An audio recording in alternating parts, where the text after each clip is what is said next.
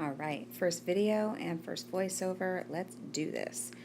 I'm starting by applying my Garnier Moisture Rescue Refreshing Gel Cream for dry skin. I love this stuff.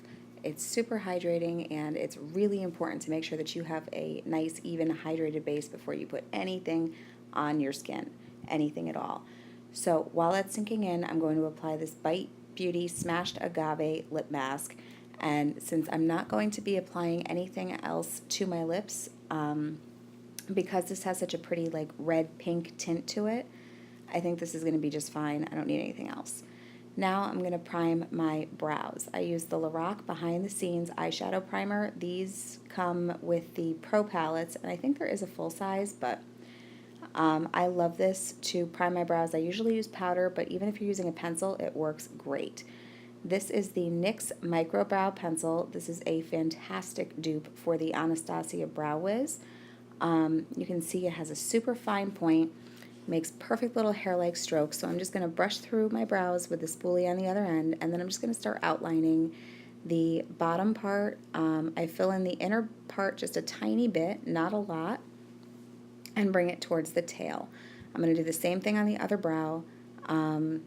This brow is actually my problem brow, but for whatever reason today it came out actually really good. I'm pretty impressed. I'm just going to fill it in. I have some sparseness, but it's nothing that the pencil can't take care of. And then you brush through to distribute the product evenly. It works great. Now to prime my skin. This is the Hourglass Veil Mineral Primer. I absolutely love this stuff. It leaves a gorgeous satin matte finish. It's not like cakey matte, super dry matte. It's just perfect to control any oil, and with it being more humid, I am getting a little bit more oily. Thanks to my skincare, I've kind of got my oil under control. Usually in the summer, that's when I have the most oil production, but this has really, really helped to kind of get it under control, and it's worth every penny. Instead of foundation, I'm going to use the IT Cosmetics CC Cream. I love this stuff. It has pretty full coverage for a CC cream or a BB cream or, you know, whatever, glorified tinted moisturizer. I would call it a solid medium coverage, if not a medium to full. It's totally buildable, and you can see it spreads out beautifully. It's just amazing. It covers pretty much everything while still letting your skin peek through. It doesn't look like you have anything on your skin. It's literally your skin, but better. It's amazing. It lasts all day long with or without a primer, and it's got, again, a beautiful satin matte finish. For concealer, I'm using the Urban Decay Naked Skin Weightless Complete Coverage Concealer. Wow, that is a mouthful. I'm not going to put an overwhelming amount, just a little bit under my eyes and a touch in the center of my forehead and down the center of my nose. And then I'm going to blend it out with a very damp Real Techniques Miracle Complexion Sponge, I believe it's called. I love this actually better than the Beauty Blender. I had a Beauty Blender. I ended up throwing it out. I couldn't stand it. It just didn't do what this sponge does for me. Now to bronze. I'm going to use the Benefit Hoola bronzer. I love this, and with this big fluffy, I think it's a Studio 35 brush from like Walgreens. I got it on clearance. It is amazing to apply bronzer. I think it was labeled as a blush brush, but I don't love it for blush. I think it's a little too big for that.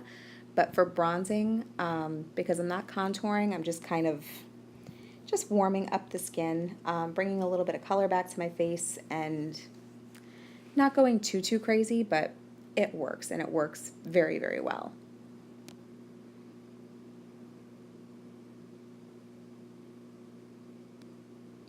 Now for blush, I'm going to grab my Morphe 9B blush palette.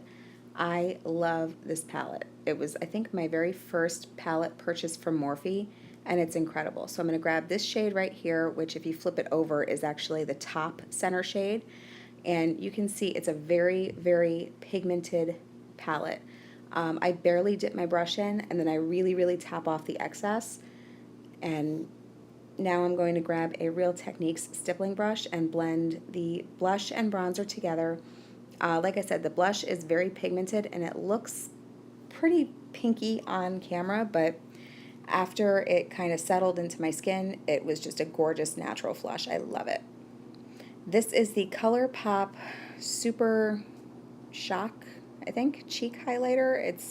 The color is Wisp and it's beautiful. It's kind of like a cream to powder formula. I like to apply it with my fingers. Some people use a brush. I think I get a much better finish with my fingers, and you can see it gives a gorgeous glow. It's kind of golden, but on the skin, it's not overwhelmingly gold. It's not like an unnatural highlight. So I like to hit the top of my cheekbones and then bring it down to the apple of my cheeks and then right on the tip of my nose and just drag any excess up the center of my nose just for a very natural highlight. Time to curl those lashes. This is not something that I do on a daily basis, I'll admit. My lashes, I think the last few times that I curled them, I had pulled a few out, so I really kind of go easy with curling my lashes. But for today, I did it. This is the Rimmel Lash Accelerator mascara. I love this. It's one of my very favorite drugstore mascaras. I use this pretty much under any other mascara when I layer them, and it has actually made a difference in my lashes, like the volume and the length. It does help them grow, but you have to use it consistently to see any kind of results.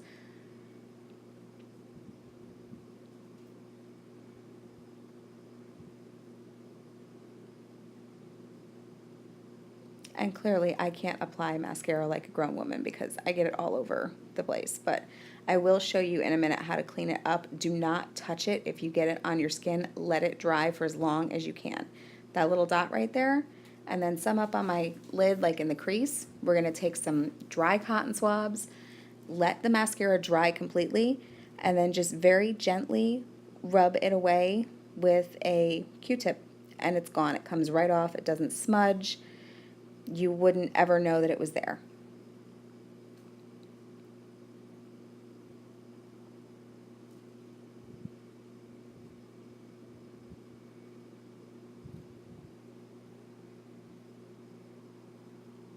Now for setting spray. This is the Makeup Forever Mist and Fix. I really like this, but I recommend holding it pretty far back because I don't know if you could tell, it kind of comes out like hurricane force rain. It's pretty strong. This is the BECCA Shimmering Skin Perfector, the pressed one in Moonstone. This is actually a like travel size. I like to do this right when my setting spray is kind of starting to dry, but it's still a little damp and tacky. You see how much like more pigmented it makes your highlighter. I love to glow. Like I want to be seen from space. And that's it. Super simple. Thank you for watching. Please like and subscribe, and I'll see you next time.